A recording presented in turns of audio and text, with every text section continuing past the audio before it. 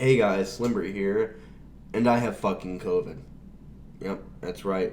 Certain customers like to come to the restaurant I work at because making coffee at home is apparently, God forbid they have to do that. It's apparently too hard for them. So they come to my store and admit to an employee who had fucking lupus, is recovering from lupus, that they have COVID. But God, they need their coffee, they say. But anyways, since I got a lot of fucking time now, I'm gonna work on some videos. Specifically, one on, you know what, I'm gonna make myself bigger. Hold on here. No, not that. Where am I? Okay, hold on. You guys are gonna see me get really big, guys. We're gonna do a video on Prageru, who has some lady saying that the $15 minimum wage costed her job. So let's get right into this, shall we? Like the fair-minded progressive that I was, I thought a $15 minimum wage was an absolute good. Then, I had a head-on collision with reality. What, you realize grifting for PragerU would make you more money than fucking serving tables? It's a funny thing about reality. It just is. You can't wish it away. So here is my cautionary tale. For over 3 decades, I had a good job working as a server. I have worked in some amazing award-winning restaurants in Seattle. I enjoyed the work, met wonderful people, and I was making really good money. I wasn't making much per hour, that's true, but in my business, the magic is in tips. On a typical night, I would make on average $25 to $50 an hour. Believe me, I earned it. I took pride in my work. I wanted every dining experience to be a memorable one for my guests. I also loved my job for this reason. I had flexibility. I could plan my work schedule. That was very important to me because I had a growing son. It was a good life. Then, in 2015, the Seattle City Council raised the minimum wage from $9.47 to $15 an hour, a 58% hike. Wait, are you saying you, a waitress who makes tips? Keep in mind, there's a separate minimum wage. Fucking Christ. There's a separate minimum wage between tip wage and minimum wage. Are you saying you, a waitress who makes tip wage, was affected by the raise in the minimum wage? I call bullshit. Great for the working stiff, right? Well, hang on, because here comes Mr. Reality. The business owner, the person who signs the checks, has to find a way to pay for this massive new expense.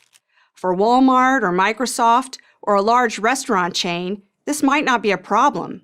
For a local restaurant owner, it's a nightmare. Why does everybody else, when they're financially fucked, get maybe you should just spend better. Maybe you should do something better with your finances. Maybe you should have saved.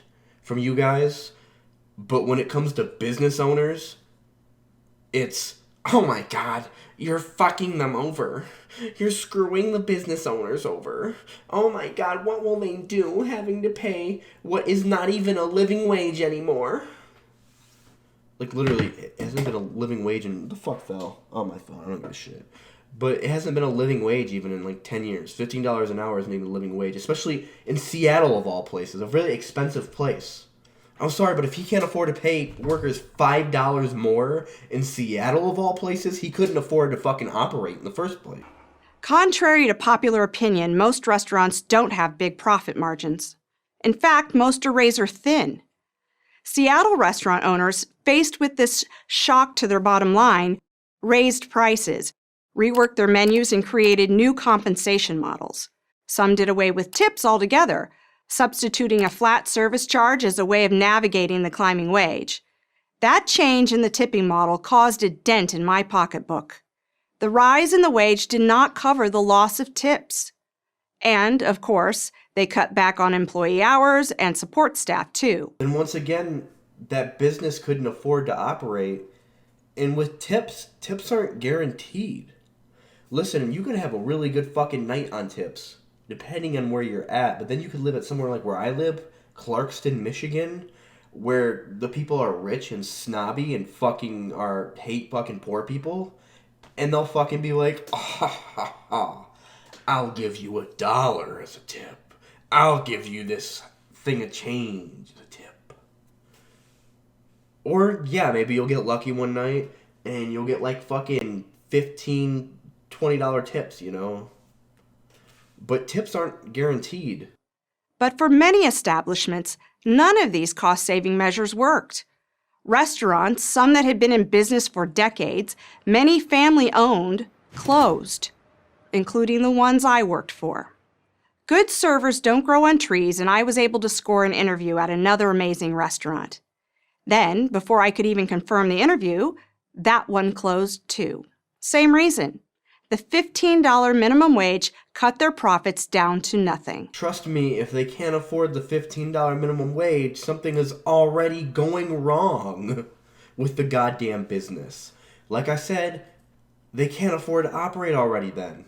If they can't afford $15 a fucking hour, they can't afford to hire employees in the first place. They shouldn't. If they can't afford it, then they shouldn't hire people. But the second thing is, yeah, if they can't afford that price increase, especially if they're a small business, which doesn't hire a lot of people, then, yeah, there was already financially something wrong.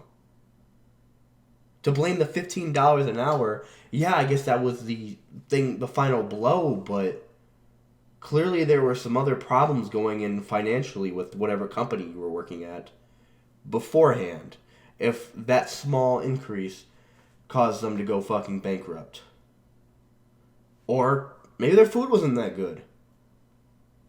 If I go to a place, you know, occasionally, and I'm like, hey, their food's okay, I guess.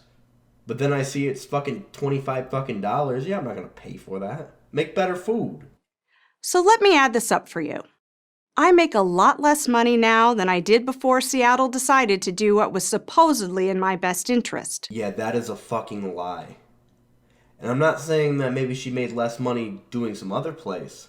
I'm saying she, specifically, is making more money because she is doing a goddamn Prageru video. You're probably getting paid thousands of dollars to do this fucking video. Shut the fuck up. You're not making less money. You're making more right now with your grift. I used to be able to pay my bills as they came due. Now it's a juggling act. I used to have enough money to support my son's extracurricular activities. Now I often just say no. Before the minimum wage increase, I had one job and worked 4 days a week. After the wage hike, I had 2 jobs and worked 6. There's plenty of people doing that even without the minimum wage being $15, or really what it should be by inflation at this point in 2022, $25.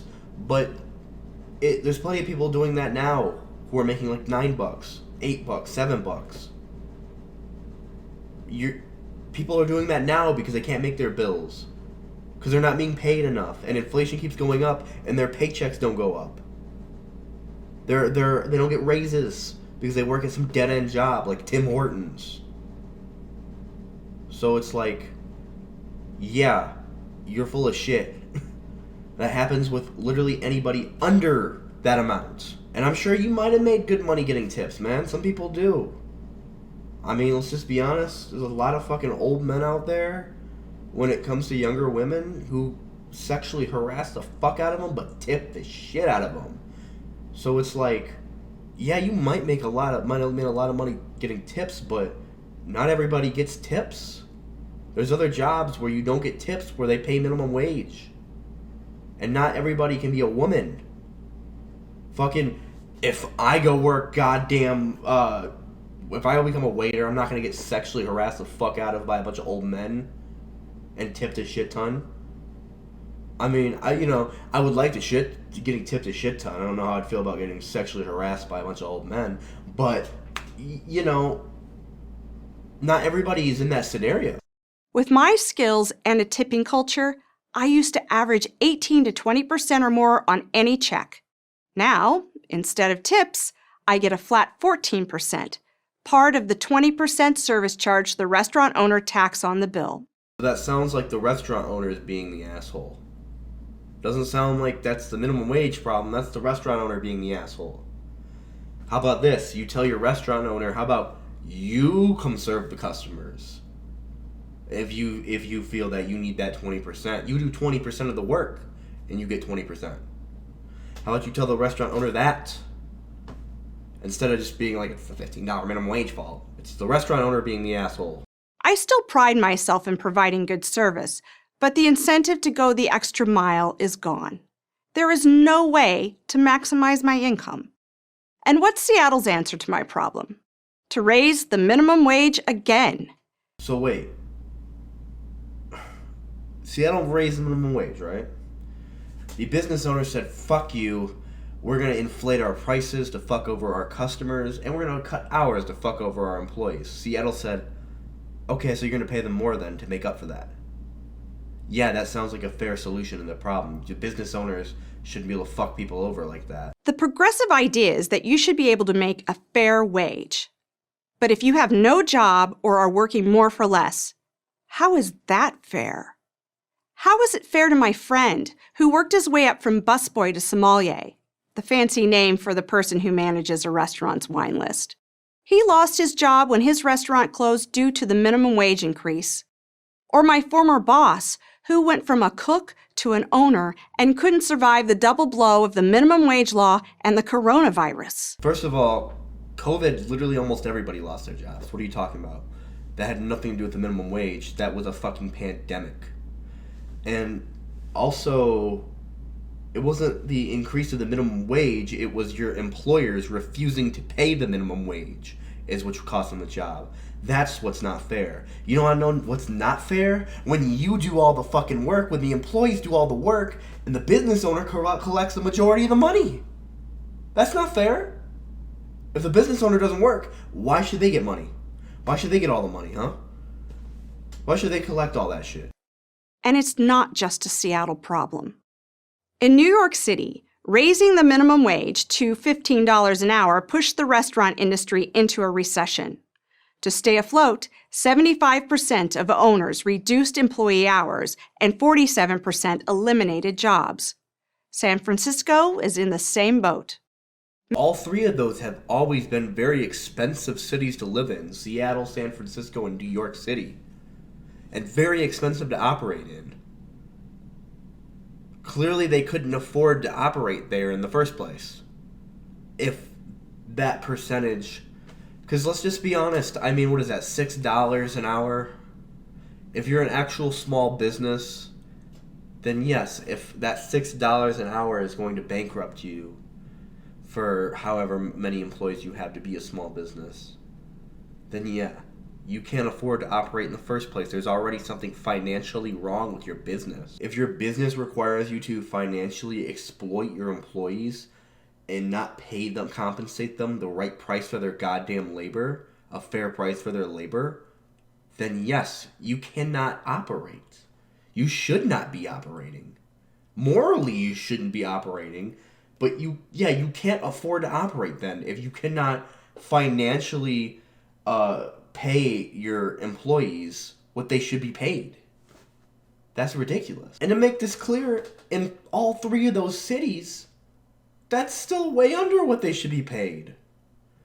$15 an hour, first of all, is what a living wage was in a lot of cities, areas, in 2012. Now it is $25. And in New York, Seattle, San Francisco, big-ass, very expensive cities like that, it's a lot fucking higher than that. Mandating minimum wage laws might be a winner for progressive politicians and ivory tower economists. But it's a loser for those of us who have to live with the consequences.